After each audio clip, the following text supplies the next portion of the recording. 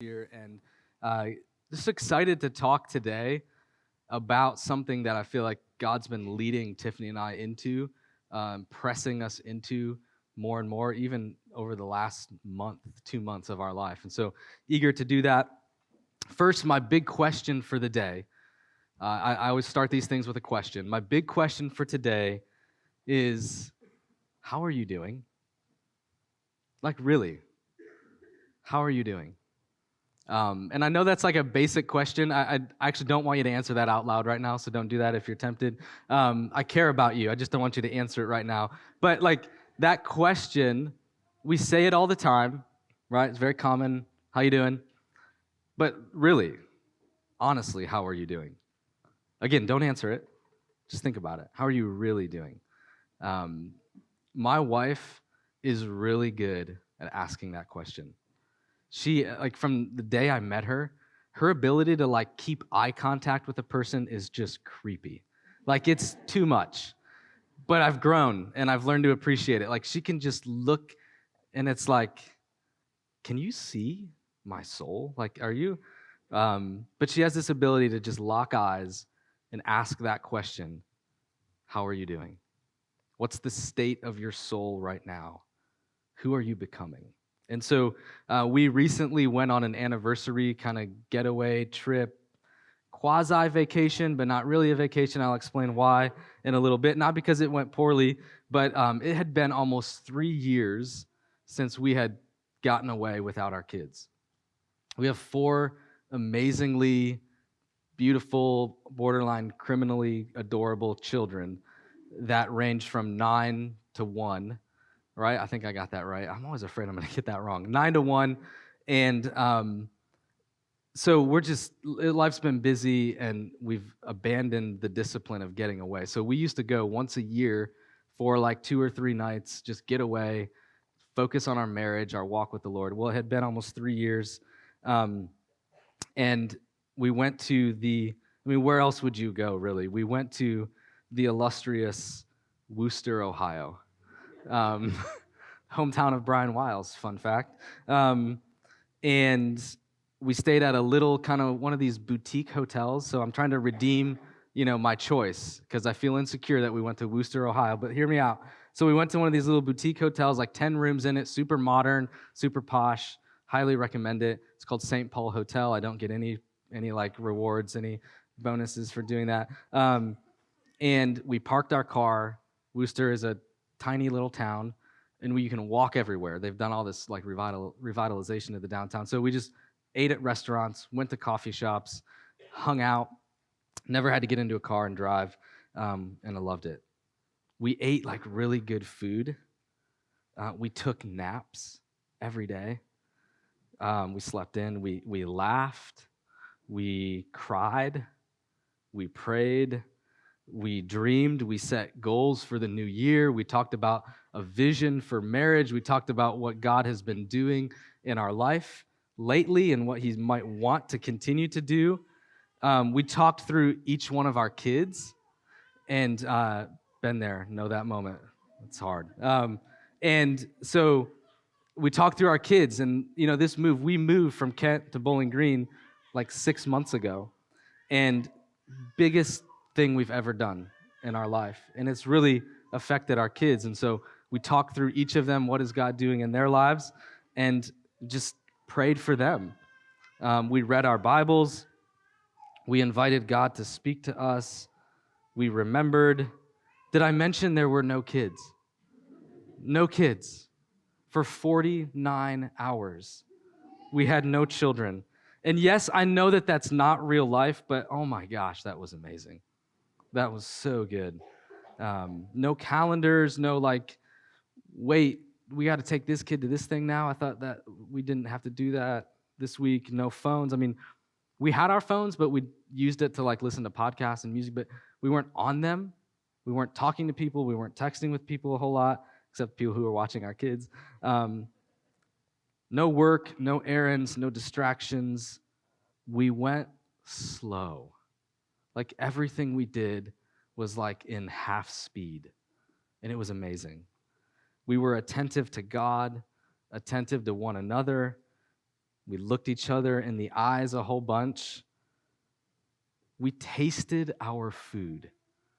Okay, so when you have 4 kids and you're preparing a meal and you sit down to eat, before you take a bite, a drink has spilled, one kid is throwing food across the table, smearing it on the walls. That's just our reality. And so eating is not an enjoyable experience. Eating is like a matter of survival. I just got to get this in so I don't die. We actually tasted our food, and it was good food. We were completely unhurried. It was like the noise of life just vanished. And we experienced rest and joy. And I said it in the first service, so not just to score brownie points, okay? I'm saying it here. I said it in the first service. I saw afresh how beautiful my wife is. Because we were together.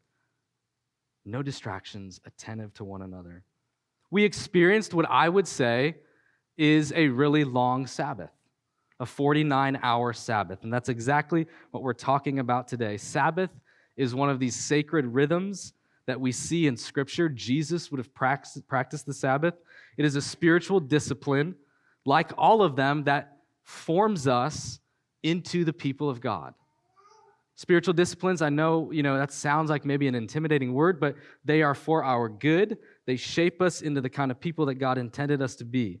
And so as Brian shared last week, it's the start of a new year, and so we're thinking, I think just naturally in our culture, we're thinking about a new start, we're thinking about a fresh beginning, and we have new passion.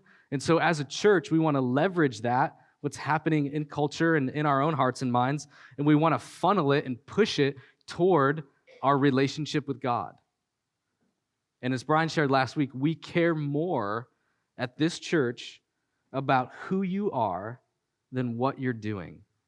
Lord, have mercy on us as the leaders of your church if we're just asking you to do, and not caring for your soul. And God ultimately cares way more about who you're becoming than what you're doing. And so we just want to lean into that we've titled this series, Rhythms Practicing the Way of Jesus. Because again, the disciplines of prayer and fasting and Sabbath and silence and solitude, they're the things that Jesus did. And our vision for what it means to follow Jesus is to be like Jesus. And so we want to do the things that we saw Jesus do. But first, let me kind of set this up by saying this. And I think we probably know this intuitively, but I just need to say it. The things that we do things to us. You guys realize that, right? The things that we do are doing things to us. So your habits, your decisions, how you use your time, what you look at on a screen, how often you're looking at that screen, none of that stuff is neutral.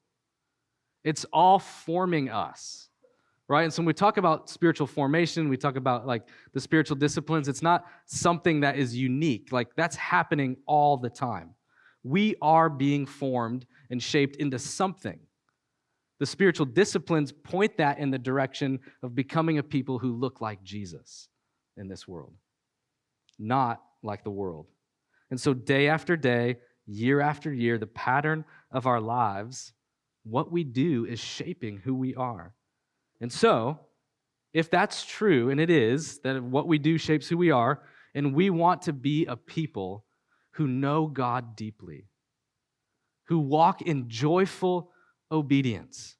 Not in like this, I just got to go through the motions, I just got to do this thing to keep an angry God happy, but like we actually want to be obedient.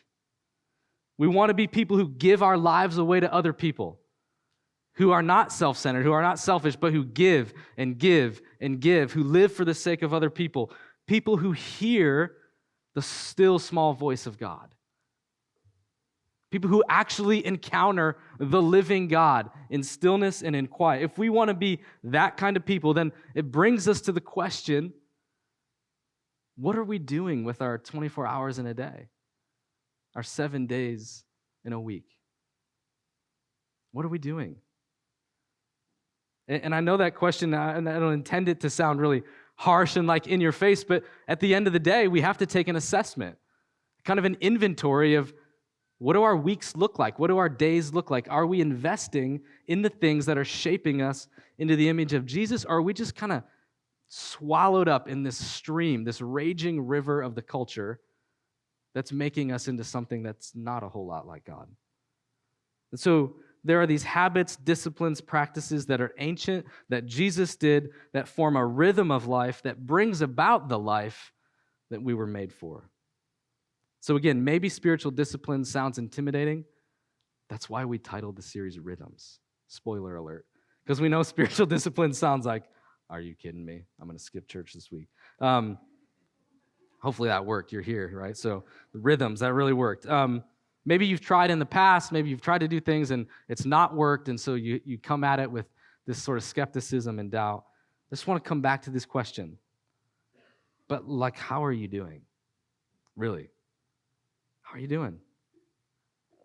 How's your walk with the Lord? So first, and I know I'm doing a lot by way of introduction, but I got to lay the groundwork, and then we're going to fly through talking about Sabbath. So a couple minutes to sort of exegete our culture, make some commentary on what's happening in our world. We live in a world that worships accumulation and accomplishment.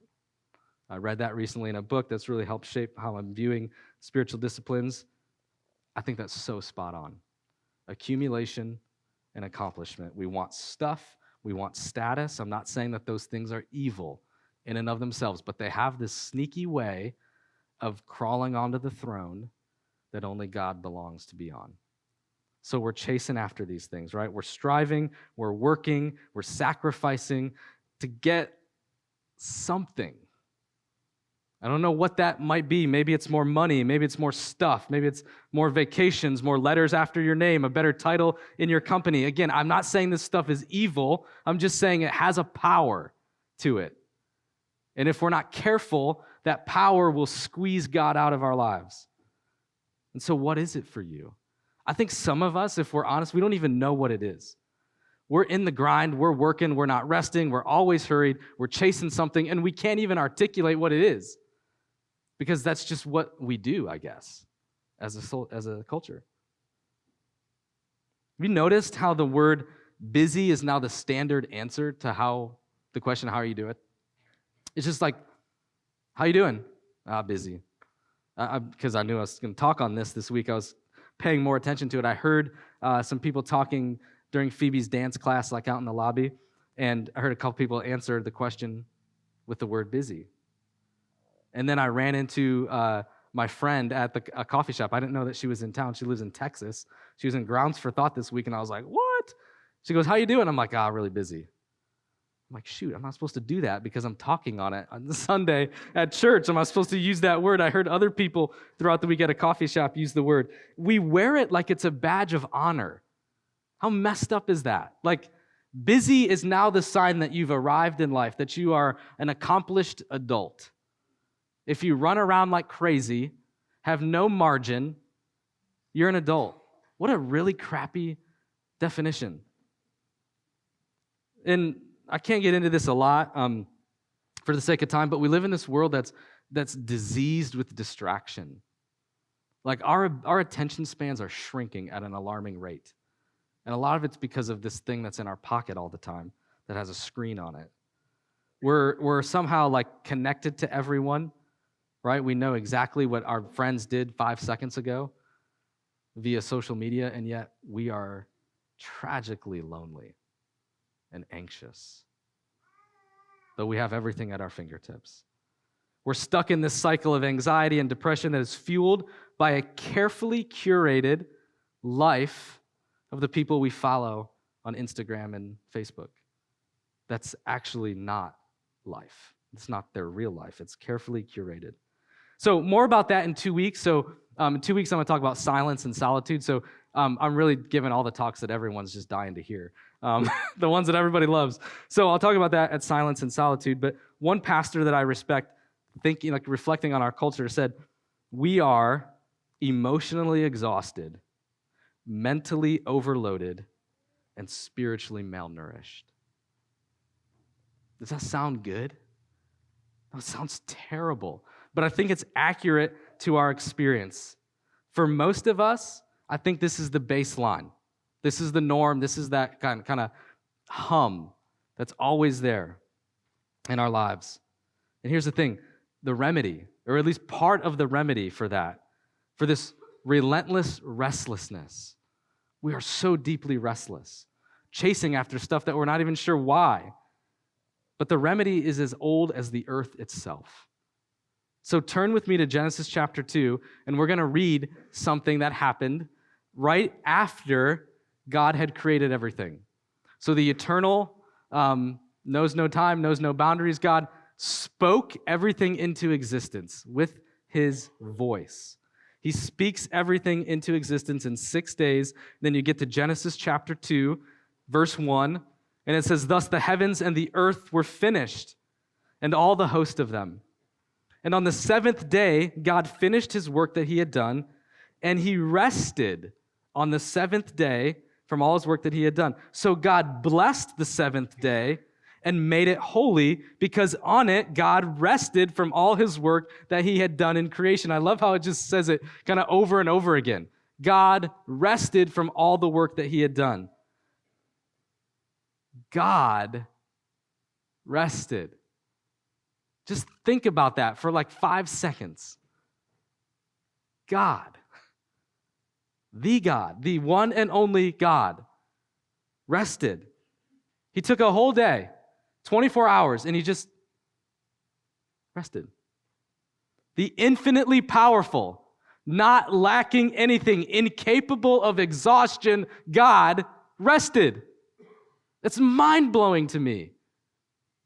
It's crazy.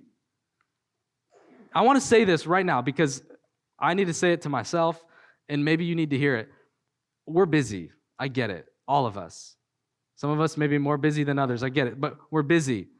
If God, who has a few things to do, can take a day off, I think we can figure it out too.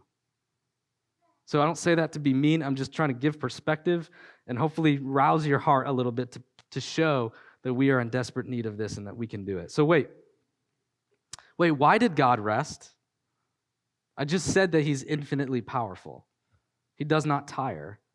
So he wasn't burnt out. Why did God rest? So I think some of it is that he took time to delight in what he had just created. So that the word Sabbath that we're going to talk about actually has built into it this sense of delight. I remember working with my dad in the summers, like probably all the way back into like, I don't know, 5th or 6th grade, something like that. And at the end of the job, he does like home improvement stuff, roofing, siding, stuff like that. We'd get to the end of the job, and we would just stand and look up at the roof. Not for like 5 seconds, but for like minutes. 5, 10, 15 minutes, and we'd tell the stories of like, oh, remember that valley right there? That was really hard. Oh, we had to replace the sheeting here on this thing, and so we did that, and we would just stare at what we had just done and marvel at how it looked like this before, and now it looks like this, and we would just relish in that moment. I think that's part of what's happening when God is resting. He's delighting in what he has just done. And more than that, I think in his wisdom, his infinite wisdom, he's showing us that there is a rhythm to life of work and rest that's built into the DNA of the whole creation. The 6 days of work, 1 day of rest is built into the DNA of how this whole thing is supposed to work. We see it play out actually in other places in the Old Testament. So every 7th year, the land would rest. There would be no harvest. There'd be no planting of crops because it actually is good for the earth. So this idea of work and then rest, 6 and then a break, is deeply, deeply rooted in our existence. Then we look at our lives and like we go nonstop, constantly in a hurry, consuming as much distraction as we can, never slowing down, always scattered, always burdened in our thoughts and in our minds, and then we wonder why we don't feel alive. We're like, man, there's no joy. I don't feel alive. It's because we never shut it off. We're resisting the very rhythm that God established from the beginning of time. And when we do that, right, one author I read said, when you go against the grain of the world, you get splinters. And I think that's captures so much of what a lot of us are going through. And here's the thing, God doesn't just model a Sabbath, He actually commands it. And he commands it at two really critically important moments in the life of Israel. Okay, so the first is after fleeing Egypt. So the story of the Exodus. They've left Pharaoh and they were slaves in that place. Their life was absolutely miserable, and God rescues them. They cross the river, right? And they're camping at the base of Mount Sinai. And Moses goes up and he comes down. And he comes down with like this manifesto. Not just rules for the sake of rules, but he comes up with this manifesto on like what abundant life with God looks like. And in it is a command for Sabbath. If you go to Exodus chapter 20, again, this is in the list. So do not murder is in there, right? And all these things. Then you get to Exodus 20, verse 8. And it says this: remember the Sabbath day to keep it holy. 6 days you shall labor and do all your work, but the seventh day is a Sabbath to the Lord your God. On it you shall not do any work, you or your son or your daughter or your male servant or your female servant or your livestock, I don't know how that worked, or the sojourner who is with you in your gates. For in 6 days the Lord made the heaven and the earth and the sea and all that is in them, and rested on the seventh day. Therefore the Lord blessed the Sabbath day and made it holy. It's really interesting, this idea of blessing at creation. So the things that are blessed at creation are animals, people, and a day. Very interesting. The things that can create life, that can procreate, that give life, God blesses, including a Sabbath day.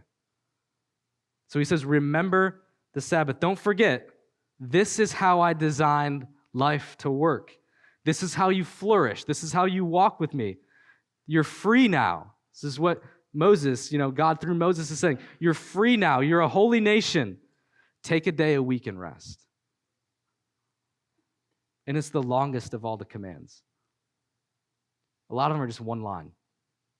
But this one, there's reason.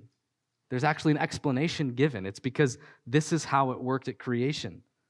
So then you fast forward about 40 years, and Israel is now standing on the edge of the Jordan River. They're about to enter into the promised land, into Canaan. They've made some mistakes along the way, hence the 40 years. So they've been wandering, been struggling, and Moses is about to deliver the 10 Commandments again. It's like a refresher course, because some of the people there probably weren't there at Mount Sinai, or maybe they had forgotten.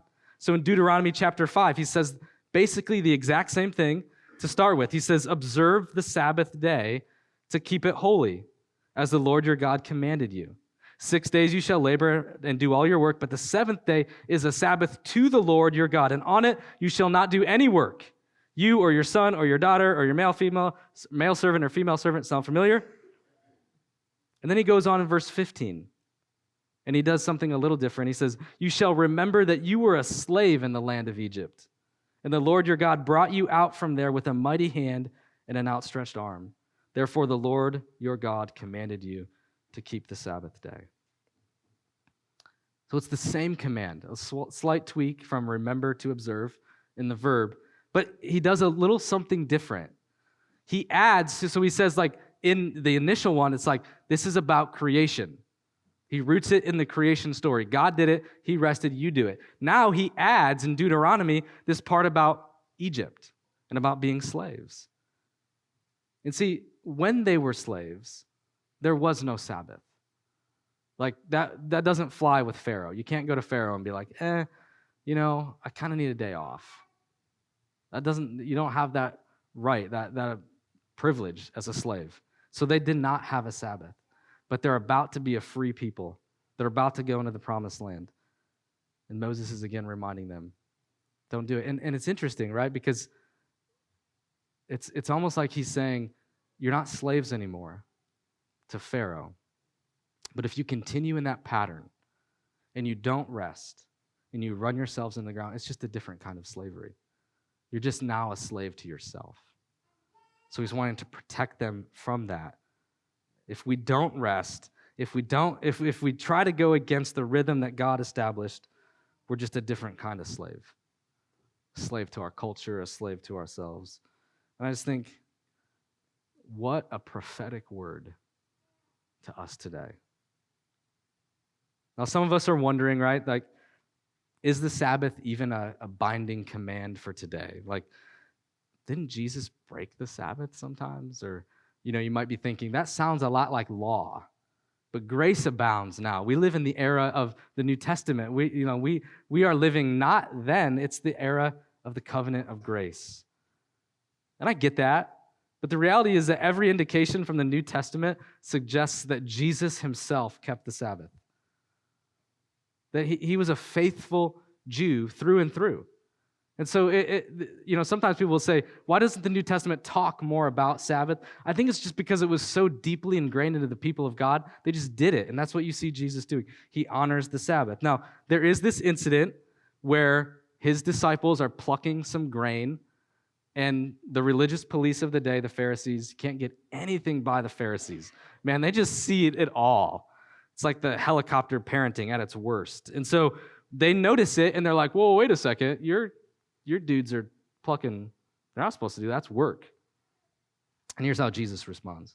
In verse 27, he says some other things, but here's the main idea. He said to them, the Sabbath was made for man, not man for the Sabbath. So the Son of Man is Lord even of the Sabbath. So they had taken, the Pharisees, the command to Sabbath, and like they always did, they built a fence around it. So you have the law, and then out of fear, they don't want to break the law, so then they add layers upon layers of fencing to protect God's people from breaking it. So there were a gazillion laws about not breaking the Sabbath. And Jesus is not here abolishing the Sabbath. He's reminding us that it's for our flourishing, that the Sabbath is for man. It's to bless us. He's freeing the Sabbath from legalism. He's not abolishing it. He's not saying it doesn't matter. He's not saying he doesn't care about it. He's not saying, no, we work all the time now. What he's doing is he's freeing it from all the rules. It was made to bless us. And for us, like today, it's important to see what Jesus said, but can we be real? This is not our struggle. Most of us, I would be shocked if any of us struggle with like being legalistic about a Sabbath day. That is not our struggle. So we read this. That's what was happening in that day. But I think it's a beautiful thing that what Jesus does here still is a gift to us because he's reminding us that the Sabbath can't become this legalistic thing because it was made for flourishing. And so Sabbath, like all the spiritual disciplines, brings us the abundant life that Jesus promised. It serves us, it protects us, it has the ability to transform us. And check this out, not just one day a week. It changes, it transforms, it shapes every day of our week if we're committed to doing it. So this is what Eugene Peterson, a pastor that I really love and respect, what he wrote. He said, Sabbath is not just a 24-hour time slot in your weekly schedule. It is a spirit of restfulness that goes with you throughout your week, a way of living with ease, gratitude, appreciation, peace, and prayer. I want to live that way. I love this part. A way of working from rest, not for it, with nothing to prove. A way of bearing fruit from abiding, not from ambition. And so we sit with God, we rest, and something is happening to us that goes on and on and on and shapes the very way that we live our lives. So the question is, how do we actually do it? Like, how do we do a Sabbath? First thing I want to say is no legalism allowed. That's exactly what Jesus freed us from. I think the basic principle is that we need to stop. We need to rest. We need to have a rhythm. I don't think it matters what day of the week you do it. I think we should strive for it being 24 hours, but if that's not where you are, that's okay. I think the mistake we often make with the disciplines is we want to go from where we are right now to Mother Teresa overnight. And it just doesn't happen. You're not going to do that. I hate to break it to you. I believe in the power of God. That ain't happening. It takes discipline and practice. And we're all in different seasons of life. Some of us are retired. Some of us are parenting young kids. Some of us are college students. And so it's going to look different. Even the way that we're wired is different. And so what is restful to us is going to change. But here are 4 components that Peter Scazzaro lays out in his book, Emotionally Healthy Spirituality. Totally recommend that you read that book. He gives 4 things to sort of sketch out and frame what a Sabbath is. He says the first thing that we do is we stop. The word Sabbath, Shabbat, really just means to cease, to stop. And so we build the discipline of stopping. And that is not a given. That is hard to do because it requires that we say no, and often saying no to good things. It takes practice. It takes trust in God. We choose to eliminate distraction, to not think about things that we really want to think about. The constant stream of distraction gets shut off. And I think, honestly, what is at war against us in all of this, and I'm not trying to sound like this old curmudgeon guy, but our phones, for most of us, they're just sabotaging us. Because we can't, we're addicted.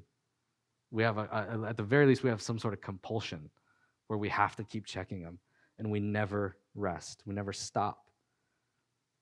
Be still and know that I am God. There's something about stillness that positions us to know God, to hear from God. So we learn, and we'll probably struggle our way through it, but we try to stop. We try to go off the grid for as long as we can. Maybe trying to build towards 24 hours. Second thing we do is we rest, meaning that we don't work, but more than that. And this is where I think it gets a little controversial because, and I can't point to scripture, I can't say necessarily this is a direct command or this bit of wisdom is in the text, but let me say this. A Sabbath is, as I see it, not a day off. Those are not the same thing. You can have a day off and just continue down the path of being busy and in a hurry, going from one thing to another, doing 1,000 errands, trying to tackle 17 projects in your house. And maybe that's life-giving for some of you, and that's great, and you can do it on a Sabbath. But for me, no, not life-giving. So a day off is not a Sabbath. Remember, over and over again, God blessed it, and he called it holy. It's holy. So we don't just say, I'm going to take a Sabbath and take a day off. I'm going to fill it up with a bunch of stuff that's going to leave me at the end of the day feeling no different than I feel every other day of the week. That is not what Sabbath is supposed to do. And so if we fill that day or that time period with other stuff, it's not life-giving. Maybe for the younger people in the audience, let me just go ahead and say this just to make you angry at me. A 24-hour Netflix binge is not a great Sabbath activity. I don't know many people that do that and then feel really great about themselves at the end. Like, oh man, I feel so connected to the Lord. I feel really in touch with my emotions, and I know what God is doing in my life, and I feel really attentive to the people around me because I watched, I don't even know any cool shows. 24? No, people don't watch that anymore. Jack Ryan, maybe? That's the guy from The Office, right? Yeah. For 3 days straight. So, we rest. We do things that bring about rest and quiet and stillness. We try to not just stop doing work, but actually resting. Third thing that Scazzaro says is we delight.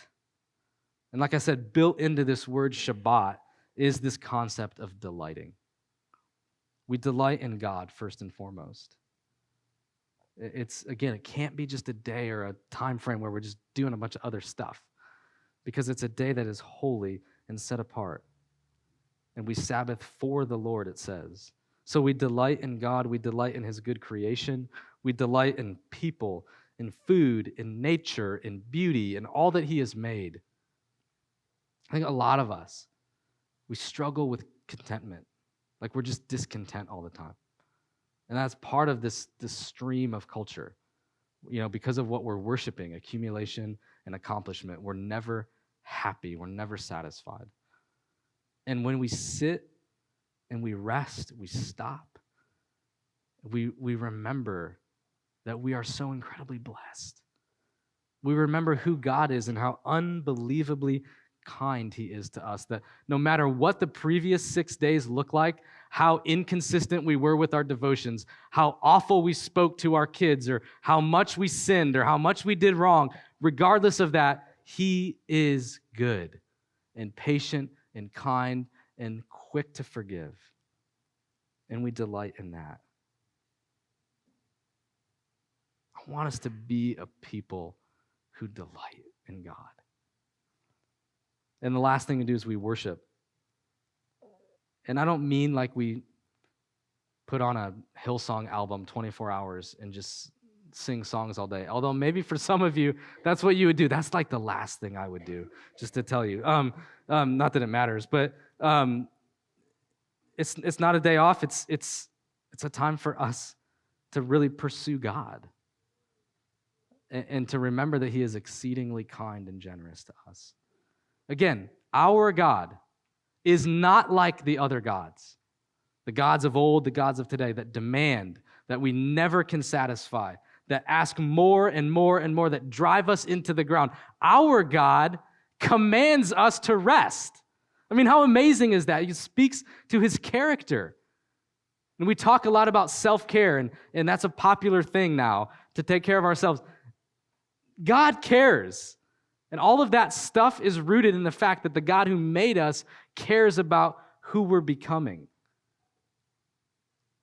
And so we worship. We have extended devotional time. We build in more time to pray or be in the scriptures. We maybe get alone by ourselves for a few hours. We maybe practice hospitality, because for you and the way that you're wired, maybe having people over and sharing a meal, that is just as much worship as anything else that we do, and that works for you. One of the things that Tiffany and I have done with our kids recently is we haven't like the Apple TV thing where you're somehow magically, I don't understand technology, but what's on my phone can get onto my TV. And so we started January 1, 2019, and we've just been looking at pictures throughout the year. And all of our kids, minus Nora, she's our 1-year-old, have like a notebook in front of them, and they're writing down their favorite memories from 2019. Naomi, our 4-year-old, hers are just like, and of course she wants to do it nonstop. So we're like, she's had like 30 pages of just scribble. But the idea is that we want our kids to engage in the discipline of remembering. Like that is a way that we worship God, is just by choosing to remember how good he has been to us. And so it's taken a little longer than what we thought. We're only on May, I think. We haven't even gotten to our move from where we used to live to now. So it's going to get real good, real emotional, real awesome coming up. But that's one of the things that we've been doing as a way of just worshiping God by remembering what he's doing. There's a ton of freedom. Again, it's not about legalism. It's not about you have to do this, you have to do this. The idea is that we stop and we turn our attention to what matters most, to our relationship with the Lord, to our most important relationships. And we set aside a day to resist the temptation to be distracted, to be in a hurry, to work, to veg out in front of a screen. And so as I close, I just want to say this. I hope and I pray with all of these talks that we're given throughout this sermon series that you talk about it with the people in your life, that you invite your spouse, you invite your friends. If you're married, you need your spouse and your spouse needs you. If we're going to figure this out, how to actually rest, we got to be in this together. I hope and I pray that we're talking about it in our groups and key relationships. This is wildly countercultural. Wildly countercultural. To take a day, or as much of a day as we can handle, as we build up to it, to just be.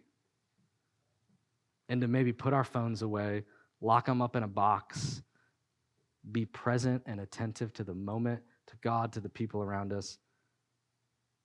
It's so countercultural. And so back to where I started, the getaway that we just returned from. If I could put it in a sentence, what happened there? That's why it wasn't really a vacation. It was like just this retreat. It really did feel like a Sabbath. What happened there was we remembered that God is our treasure. We remembered that of all the things that scream for our attention, of all of our responsibilities, all of our tasks, all the things that we're tempted to chase after, at the end of the day, we treasure God more than anything else.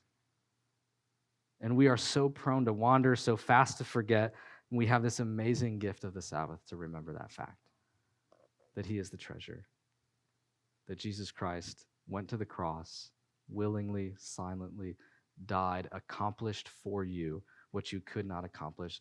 All of this talk of rest and Sabbath is rooted in that fact, that he has done it, and we rest in that. And so let's pray.